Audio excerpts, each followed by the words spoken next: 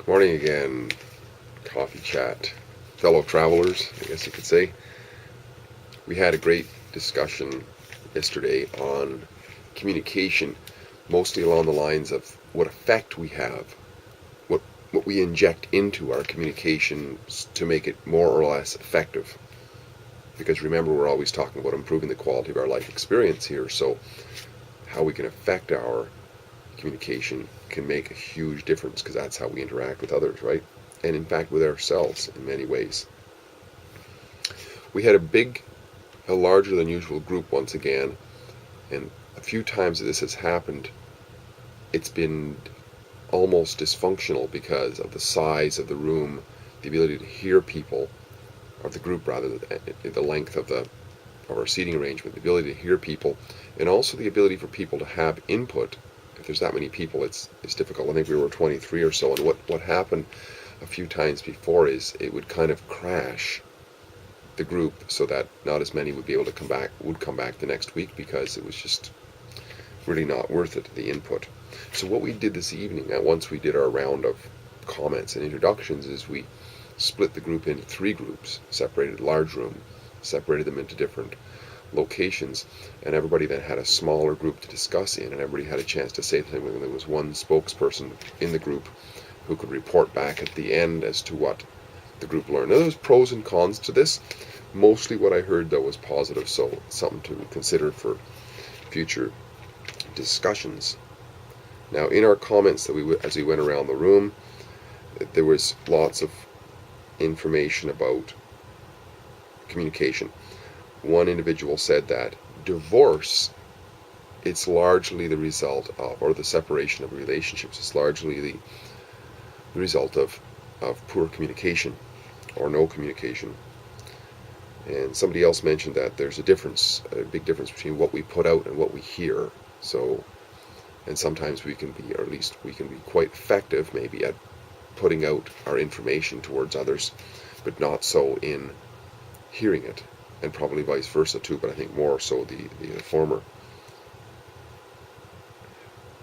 A lot of people mentioned that they would want better skills in this area of their lives, and they recognize it. Somebody mentioned the importance of interpretation and being able to paraphrase. Is this what you meant? And to paraphrase what. So if I understood you, this is what I understood, and so on. So it gives the listener an opportunity to give feedback to the one who's talking or communicating in some way, and then to ask if that's correct. That paraphrasing, that came up a few times as well. Lots of people said they wanted improvement for sure. Somebody said that she knows what not to do in communication, because there are things that we all know are ineffective. But sometimes it's figuring out what is best to do or better to do, which is sometimes a challenge even if we know what not to do. Somebody mentioned the consciousness of what others might think about what we're saying. So we know what we're saying, but do other people know what we're saying, or do they interpret it in a certain way, in a positive or negative light sort of thing? A lot of people mention that there's always room for improvement in our communication, no matter how good we can communicate.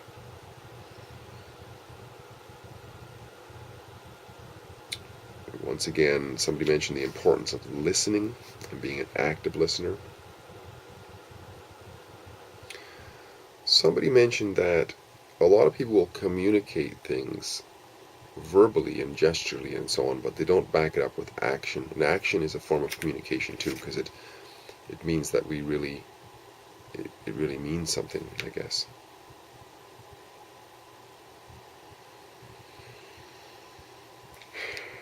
Somebody mentioned the emotional communication, which can be misinterpreted, but yet some people who are very skilled in it can actually understand it. Somebody mentioned how in communication sometimes we'll keep thoughts inside which might be hard to bring out. and that there's so much more than just words in our communication. There was also the talk of texting and emailing, and how a phone call, for example, can be much more effective in communicating because than texting can be, because it's one more level up. And I suppose then you could take that by extension to face would be more effective than a telephone call, because so much of our communication is non-verbal. Somebody mentioned that what is not said often speaks. The silent pause, this sort of thing. Somebody mentioned that 97% of people are immature in their communication. And there was mention of this non-violent communication technique, which is becoming quite known. Somebody mentioned the personality typing, specifically Myers-Briggs, and how different personalities would communicate differently. And we broke into our little groups, and we had lots of things come out of there. And in our group there was a mention of a book, and it was the F asterisk, a few non-letters and a K. You know what that means. 4-letter word that begins with F, begins with K. It Therapy.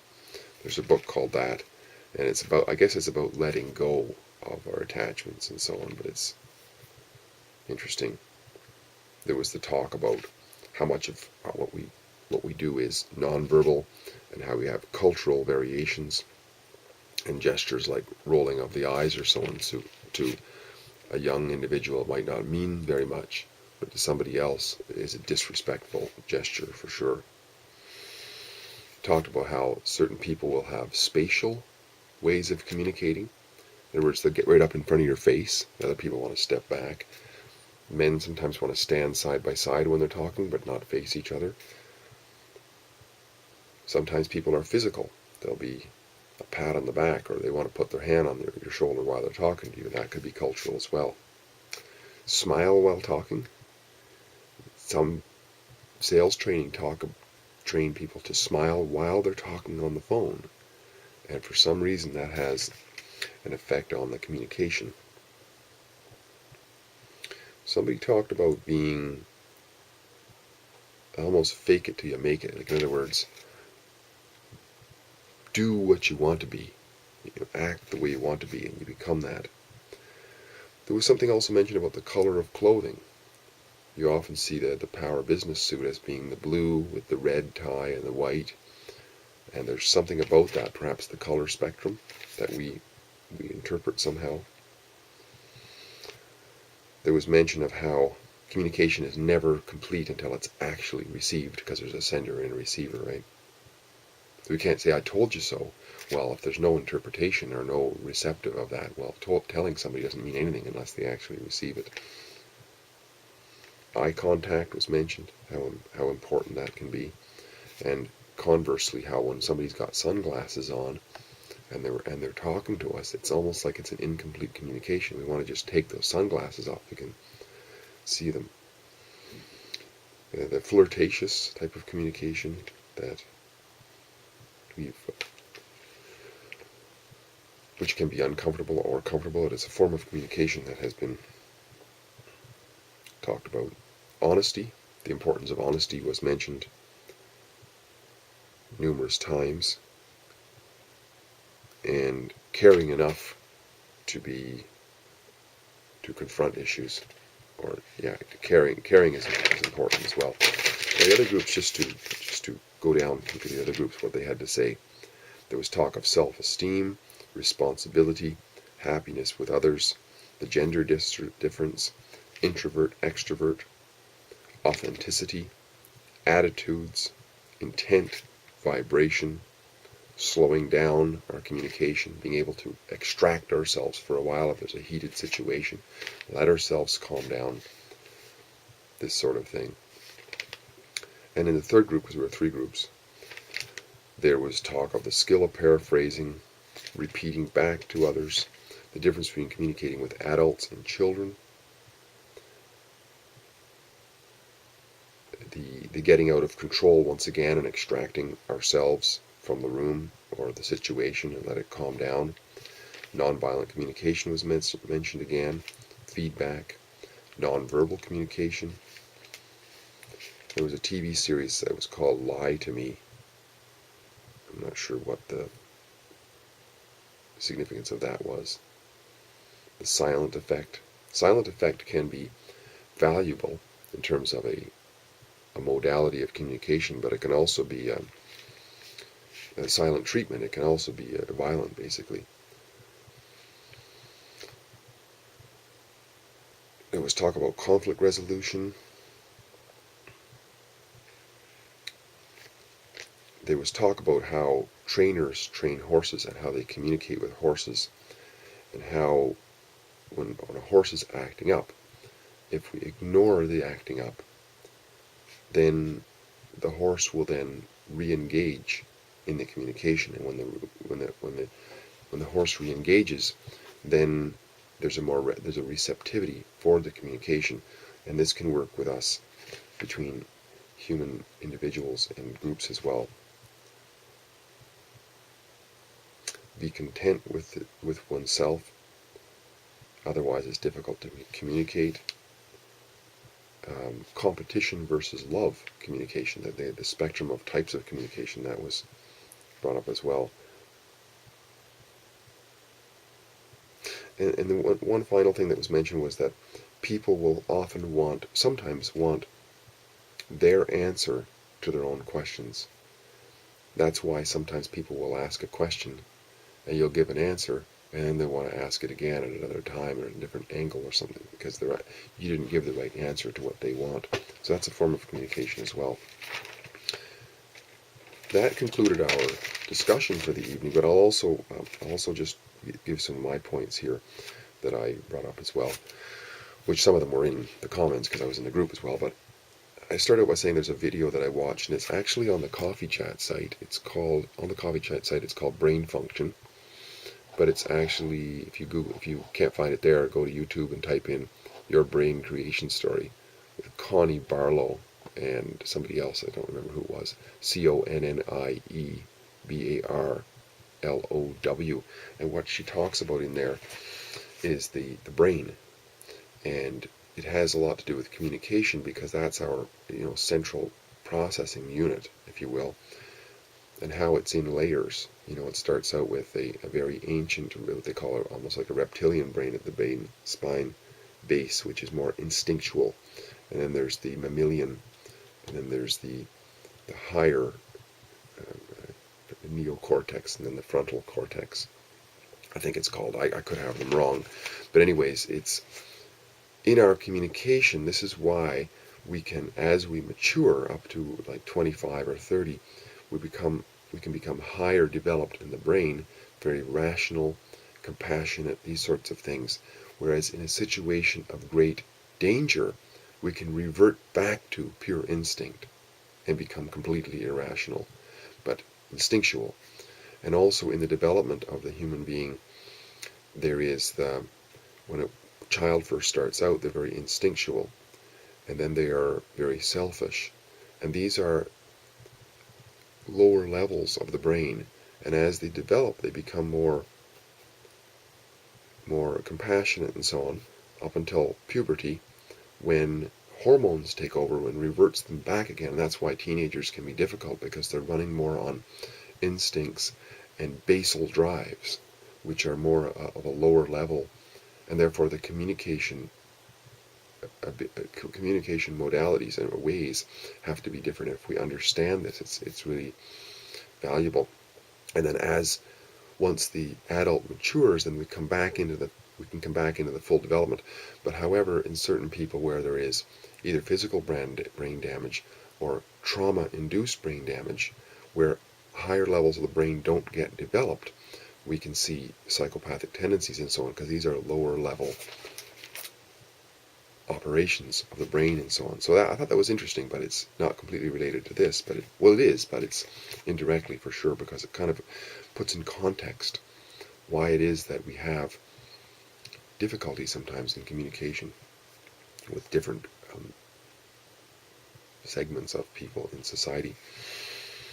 But my point here is that communication is really obviously a two-way street. There's a sender and a receiver, and not necessarily an individual sender and individual receiver, but a sender, either a group of people trying to communicate something to another group, or one to a group, or a group to an individual, whatever. But there's a sending message and there's a receiving, reception of that method. And how we behave, and in this term, affective with an A, relates to moods, feelings, and attitudes. And I like the word attitude because if it kind of, where are we with our attention, if you will? Where are we? If we're all bundled up in some emotional trauma or feelings, it's going to affect how we communicate or how we receive forms of communication. So therefore, if we have the right attitude, we're more effective, simply said, as I would say it.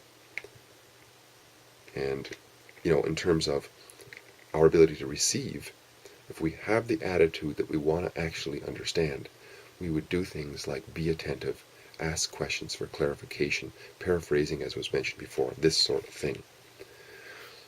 And also in our sending of communication, we'll have, for example, the willingness, if we have the right attitude, to improve our communication so that we're heard and understood.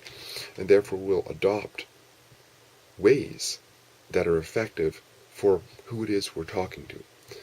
Things like storytelling, our expressions, our empathy, our body language, our gestures, our willingness to receive feedback, and these sorts of things